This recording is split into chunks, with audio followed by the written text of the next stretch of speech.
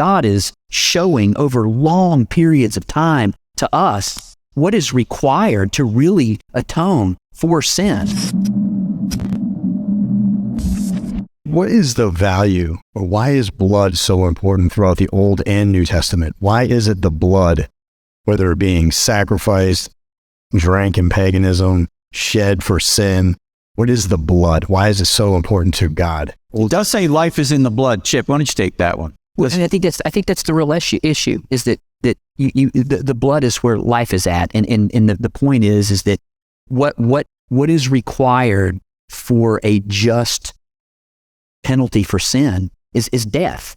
And so the sacrifices, which to us seems to be so heinous and so crazy in the Old Testament, all these sacrifices, they're ultimately, God met a group of people in a barbaric state. And if he would have said, I'm going to move you from here all the way to here, it doesn't work. It takes time. And so God is showing over long periods of time to us what is required to really atone for sin. And so all those people that had to go all those years and offer all those animals and all of those things are being reminded every year, I got to show back up. Man, every year I got to do this again, which is why the writer to Hebrews in chapter 10, he says that when Jesus offered himself as a sacrifice for sin, he sat down once and for all. There's no more sacrifices that are needed. So the life is in the blood. The idea is that sin requires a penalty, and the penalty of sin is death.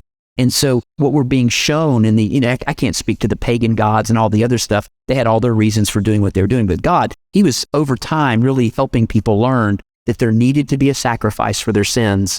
And in doing so, those were the reasons for the sacrifices.